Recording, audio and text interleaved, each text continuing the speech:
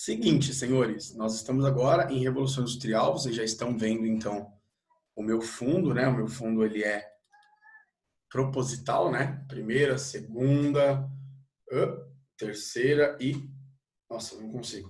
Quarta Revolução Industrial, tá? Essa linha do tempo é bem bacana. Nós estamos entrando num tema novo, depois eu vou mandar a correção de período regencial para vocês. As correções sempre eu vou mandar por vídeo, porque fica 5, 10 minutinhos de vídeo, fica mais fácil.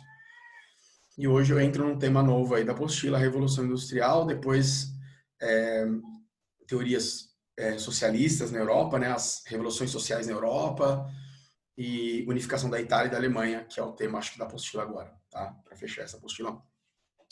Em relação à lista de primeiro reinado, vocês fizeram tranquilos, tranquilas? Conseguiram fazer? Sim, Teve dificuldade? tranquilo. Teve dificuldade ou não? Não, não muito. E aí, Guzmão, foi tranquilo? Achei tranquilo. Tá, beleza. Depois eu pego porque vem para mim um relatório das questões que vocês fizeram, qual foi a questão que vocês mais erraram. Eu sempre vou pegar a questão que mais teve erro, né? E vou comentar ela em aula para a gente poder ir fazendo uma aula invertida, uma recuperação contínua em cima dos erros, tá? Bom, vamos lá. Eu vou usar hoje, galera, um mapa mental, tá? Então, onde que eu tô aqui? Não gostei. Cadê meu PowerPoint, cara? Deixa eu ver aqui. Tá. Acho que agora vai. Vou usar o mapa mental da Descomplica.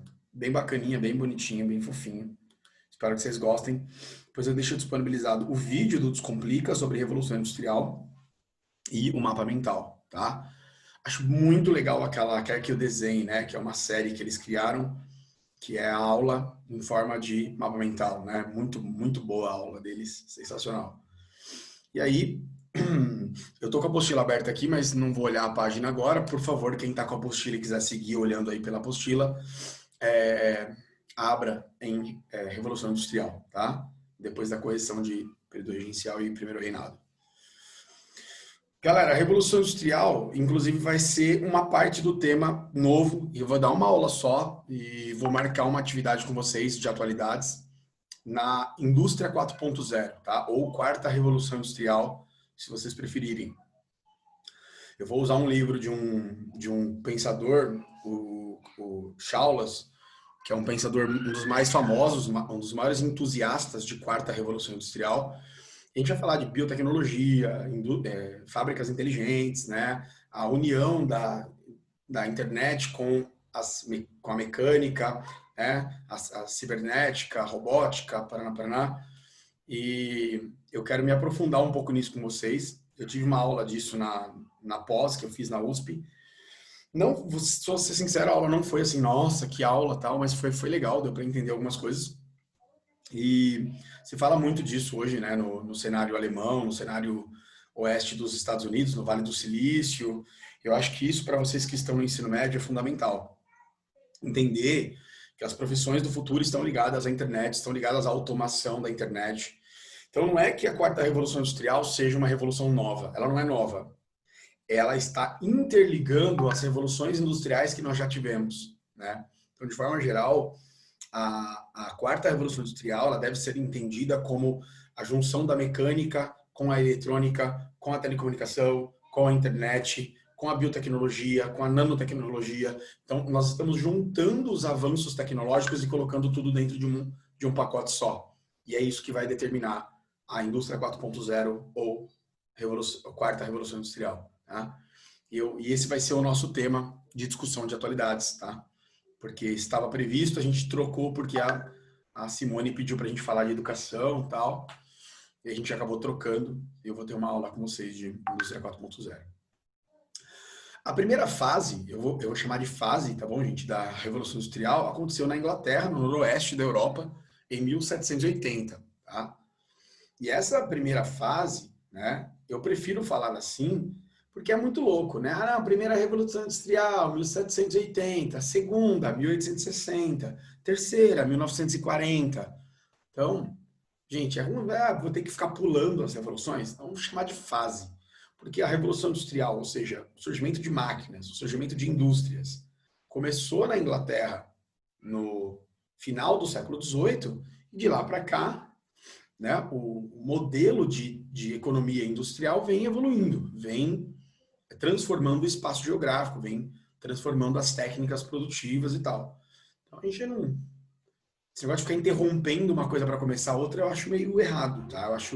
Quero que vocês coloquem na cabeça o seguinte: a Revolução Industrial começou em 1780 e ela está atravessando fases de aprimoramento, fases de desenvolvimento, tá? E as coisas de lá para cá mudaram bastante. Nós saímos da máquina a vapor para os robôs, né? Então, eu acho que isso é fantástico, né? Nós saímos da máquina a vapor para as aulas online via Google Meet, via Zoom, né? Então, nós avançamos um pouquinho de lá para cá, inteligência artificial, né, e tudo mais, né? Por que a Inglaterra, por que o noroeste da Europa foi a primeira região do mundo a criar fábricas, a criar ferrovias e não outras regiões, tá? Existem algumas características importantes. A primeira delas é a revolução política da burguesia na Revolução Puritana e na Revolução Gloriosa, tá? O primeiro país da Europa onde a burguesia passou a governar foi a Inglaterra, tá? E a Inglaterra, ela se tornou uma potência marítima, né, naval, militar, e manufatureira, né, industrial, no século 17 e 18 por conta exatamente disso, tá? Ela entrou em guerra contra a Holanda, né, em 1653, venceu a Holanda e se tornou a maior potência marítima do mundo. Ela venceu a Espanha, né, ela venceu a França em várias guerras, e lá do século 17 para frente, a Inglaterra veio se tornando uma grande potência. Outra coisa importante, no solo do Reino Unido... antes de eu falar disso, vocês têm que pensar no Reino Unido da seguinte forma: o Reino Unido é o quê? É a ilha da Grã-Bretanha. Aquela região é um arquipélago, tá, gente? Um arquipélago formado por várias ilhas, mas as ilhas maiores formam a ilha da Grã-Bretanha, que envolve Inglaterra, País de Gales e Escócia, tá? Grã-Bretanha, Inglaterra, País de Gales e Escócia. Do outro lado, né, mais oeste, você tem a ilha da Irlanda. Você tem a República da Irlanda, que é um país independente. Você tem a Irlanda do Norte, que é um país do Reino Unido. É uma unidade administrativa do Reino Unido. Então, primeiramente, já saibam desenhar como que funciona, então, o Reino Unido. São 4 países, 4 unidades administrativas, formando um só país, chamado Reino Unido de Grã-Bretanha e Irlanda. Tá? Tudo isso aconteceu ao longo do século XIII, depois 1701, 1801. Em 1921, a República da Irlanda se separou, fez a independência, mas País de Gales, Escócia e Irlanda do Norte continuam submetidas ao governo britânico do Reino Unido. Tá? E por que lá surgiram fábricas? Por que lá surgiram máquinas movidas por vapor e depois, obviamente, ferrovias, indústrias de tecido e outras indústrias automáticas aí, né? Porque sob o solo dessa região também tem importância de jazidas de carvão mineral e ferro. Isso contribuiu bastante para que essa região se industrializasse primeiro que qualquer outra região. Professor, mas a França e a Alemanha também têm, nem por isso a Rússia tem muito, e nem por isso eles fizeram primeiro. Obviamente, a Inglaterra acumula características políticas e econômicas que favorecem a industrialização. Tá? Nós temos ali embaixo, séculos de acumulação de capitais, né? Então, deixa eu ir dando um zoomzinho aqui, que acho que é legal vocês terem uma visão mais ampla aqui, né? Então, séculos de acumulação de capitais. O que significa isso, professor? Significa que do século XVII, quando a Inglaterra faz a sua expansão marítima, conquistando as 13 colônias da América do Norte, né? Hoje Estados Unidos, as colônias que hoje são o Canadá, as colônias da América Central, como a Jamaica, né? Como outras regiões, e principalmente na Ásia, né? No caso da Índia, da China, regiões do Japão, regiões do Sudeste Asiático que estavam dominadas ali pela economia inglesa e francesa e alguns outros países, gerou um acúmulo muito grande de dinheiro, um acúmulo muito grande de capitais. De forma geral, os países ibéricos... Alguém chama a Bela aqui, por favor? Os países ibéricos ficaram muito expostos à economia da Inglaterra. Na apostila de vocês vai ter um tratado chamado Tratado de Methuen, 1703. Esse tratado, meus caros amigos, ele basicamente ele pode ser resumido em tratado de panos e vinho, né? Ou seja, a Inglaterra exportava tecidos, produtos manufaturados de tecido para Portugal, e Portugal exportava vinho e queijo para a Inglaterra. Produtos primários, né? Produtos in natura, com menor processo de industrialização, né? Obviamente, um produto mais artesanal. E tudo isso foi gerando uma riqueza gigantesca por parte da Inglaterra, tá? Do Reino Unido. E a invenção da máquina a vapor, patenteada por James Watt em 1769, é, sem dúvida nenhuma, um divisor de águas entre o trabalho artesanal e o trabalho industrial. A máquina a vapor, ela não foi usada logo de cara na indústria, nem na ferrovia. Ela foi usada primeiramente para mecanizar os teares, né, a produção de tecidos, e foi utilizada para puxar água de minas de carvão e minas de ferro. Ela foi usada em bombas hidráulicas que puxavam a água, porque conforme você cava uma mina, né, vai brotando água, então vai enchendo de água, e aí precisava de algo para puxar essa água, eliminando então os espaços para extração de minério, carvão e ferro, tá? Tudo isso junto, galera, fez com que em 1780 a Inglaterra começasse a desenvolver suas primeiras fábricas. Então o trabalho artesanal começa a ser substituído pelo trabalho em escala, pelo trabalho em fábricas. O que vai acontecer é que vai haver uma transformação muito grande. Porque aqueles camponeses que, né, eram comuns na Idade Média começam a ser expulsos da terra pelos cercamentos de terras, pelas eclúseres, como eram chamadas, que eram aquelas terras comuns da Idade Média, começam a ser vendidas para a criação de carneiro, de cabra, tal, produção de tecido, produção de lã. E muitos camponeses pobres são expulsos e vão migrando para as cidades. Há um forçado êxodo rural que cria uma mão de obra muito barata nas cidades. Tá? Então, Londres, Lancashire, Yorkshire, País de Gales, Glasgow, que são as principais cidades do início da Revolução Industrial, elas passam a ter uma mão de obra quase escrava, eu diria, tá? Muito explorada. E aí surge, então, a burguesia, que são os empresários, donos dessas primeiras fábricas, né? E os proletariados, né? A classe operária, que são os trabalhadores, que não tem outra forma de sobreviver a não ser vender a sua força de trabalho.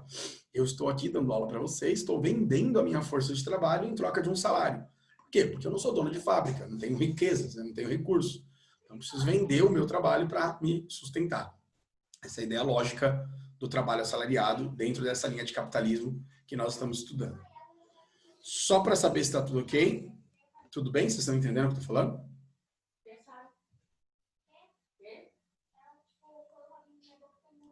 Sim, tá tranquilo.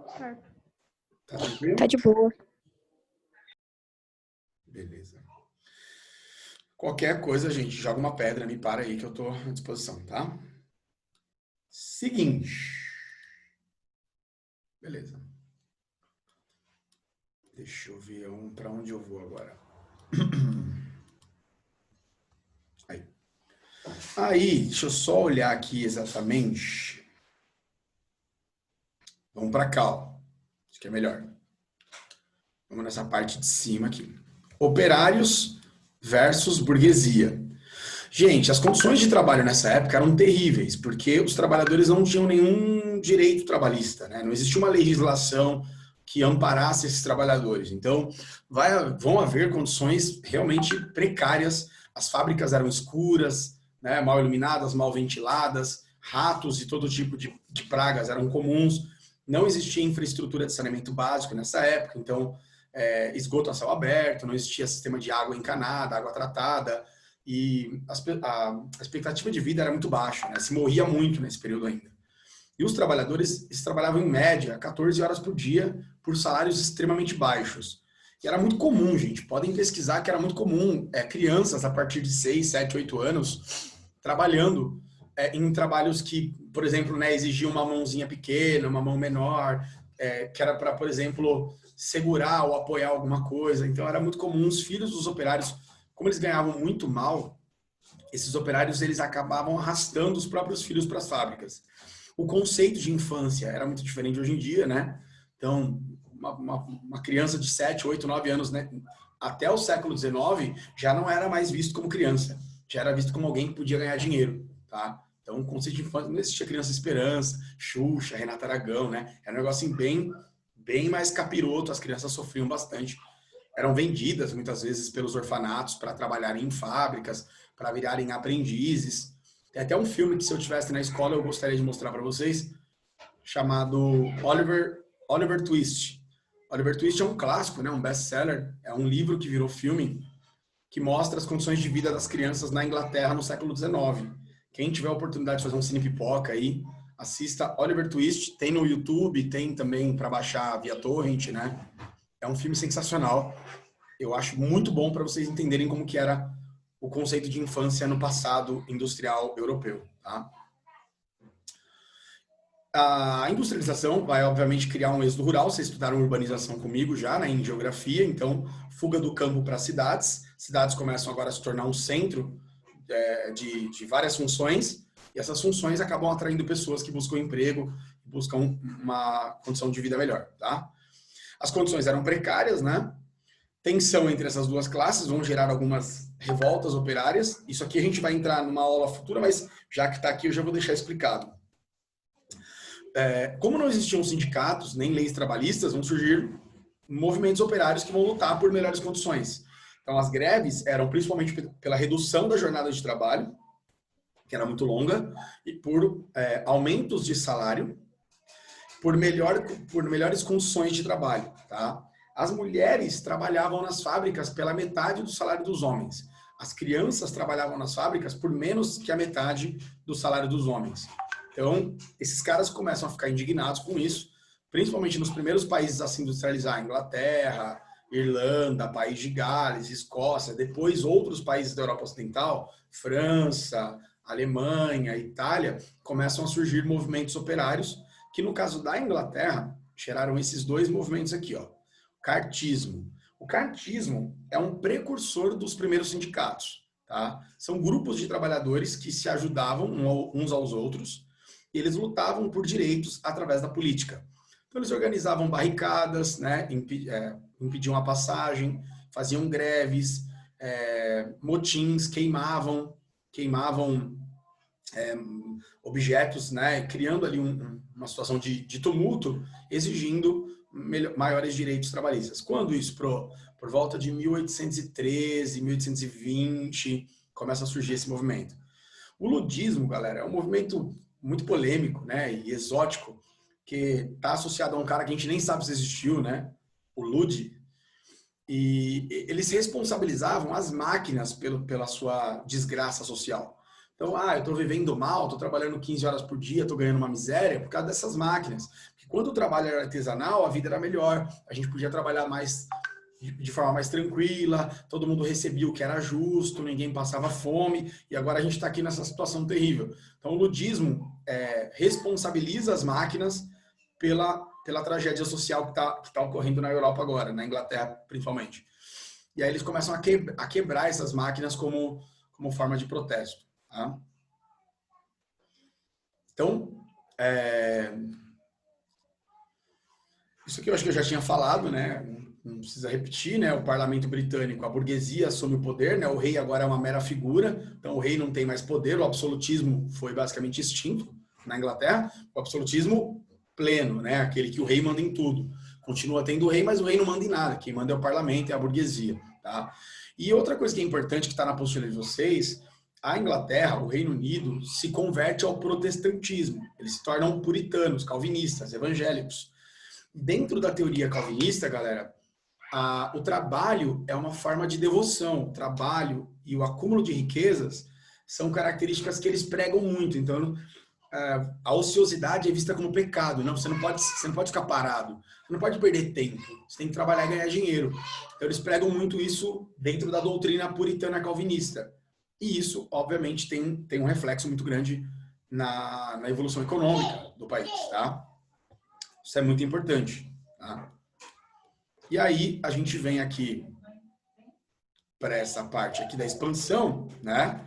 Que são as fases, vamos dizer assim, da Revolução Industrial. Tá? Então, a primeira fase, 1780 até 1850, a gente pode dizer que a principal matéria-prima foi o carvão mineral, né, que movia as máquinas a vapor, e na virada do século XVIII para o XIX começam a surgir algumas fábricas automatizadas pela máquina a vapor, e a ferrovia também começa a se desenvolver, a navegação a vapor, a ferrovia a vapor, que eu diria, sem medo de errar, que foi a maior invenção da história, a ferrovia. Por quê? Porque o sistema de transporte de cargas e de pessoas vai sofrer uma mudança muito grande, unindo, né, os territórios, unindo as economias e transformando muito, grandemente, a capacidade produtiva e a capacidade de transportar da economia mundial. A segunda fase da Revolução Industrial começa em 1850, 1860, e é quando a indústria deixa de ser algo só da Inglaterra, né, só do Reino Unido, dos países do noroeste da Europa, e começa a se espalhar por outras regiões, principalmente Europa Ocidental, né, pegando a França, o norte da Itália, né, a Bélgica, a Holanda, a Noruega, a Finlândia. A Noruega e Finlândia não dá para falar ainda porque essas regiões eram dominadas, mas pega o centro da Europa ali, né? Então, desce da Inglaterra, olhando para o centro da Europa, aquela região começa a se industrializar, principalmente França, Alemanha e Itália, tá? Áustria e por aí vai. E agora surgem novas fontes de energia. A indústria química vai ser o grande avanço da segunda revolução industrial. A indústria química e a indústria siderúrgica. Por quê? A indústria química começa a transformar hidrocarboneto em combustível. Então, a indústria do petróleo surge nos Estados Unidos e no Japão no final do século XIX. E a indústria siderúrgica começa a transformar minério de ferro em aço. Não existia aço até o século XIX. E qual é o grande lance do aço, galera? Tudo, tá? Então, os grandes prédios que nós temos hoje, as pontes, né? As estruturas metálicas resistentes que o mundo tem hoje, só existem graças ao aço. Se não fosse pelo processo Bessemer, que é um processo alemão de transformar minério de ferro em aço, nós não teríamos prédios, não teríamos pontes, não teríamos basicamente nada do que nós temos hoje em termos de construção civil, principalmente. E a terceira fase da Revolução Industrial é o advento da informática com a telecomunicação, né? Então, nós temos, a partir de 1950, desenvolvimento o telefone surgiu bem antes, né? Mas agora nós temos a telefonia ligada com a comunicação e o advento da internet, que se popularizou nos Estados Unidos em 1980, tá? O uso de satélites, né? A internet 3G surgindo em 1990. Então, a terceira fase da Revolução Industrial, ela ainda existe, ela é a fase atual, eu diria, mas já estamos caminhando, talvez, para uma junção de todos esses avanços, o que caracteriza uma quarta revolução. Não que seria uma revolução propriamente, mas seria um novo nível, né, de integração das tecnologias existentes, criando, então, essa famosa indústria 4.0 ou quarta revolução. Gente, principalmente na segunda revolução industrial, a Europa passa a dominar o mundo inteiro. Ela já dominava e agora vai dominar industrialmente, criando um conceito que nós chamamos de neocolonialismo, que é não aquele colonialismo que eu vou explorar cana-de-açúcar, especiarias, ouro e prata, fazendo troca e comércio entre as nações, mas agora eu vou para um colonialismo onde eu quero matéria-prima, e essa matéria-prima eu transformo em produtos industrializados, e depois eu quero buscar mercados consumidores para comprarem esses produtos industrializados que eu tenho. Tá? Então, isso é muito louco, que agora eu não quero mais colônia. Agora eu quero mercado consumidor, quero matéria-prima e quero gente que compre os meus produtos. Essa é a ideia da Inglaterra, essa é a ideia da França, da Alemanha, a partir da segunda revolução industrial. Métodos de produção mais eficientes, a gente poderia chamar de era da maquinofatura, né? Máquinas de todos os tipos vão surgir na Europa, inclusive na zona rural, né? A agricultura também será impactada diretamente pela revolução industrial. Os camponeses vão sendo cada vez mais expulsos do campo, migrando então para as cidades. Mercadorias e alimentos mais baratos, tá? Quebrando a teoria malthusiana. Malthus falava que nasciam mais pessoas do que a agricultura era capaz de produzir alimentos. Mentira. A agricultura se tornou de lá para cá cada vez mais poderosa em termos de produção. O problema é a distribuição de renda, né? O problema é isso aqui, ó. A classe operária ganha muito pouco, então ela acaba não tendo dinheiro para comprar, tá? Só que nesse momento nós temos que reconhecer que hoje os produtos são muito mais baratos. Qual é a ideia da indústria? Produzir muito por um preço baixo, podendo vender muito. A ideia é essa.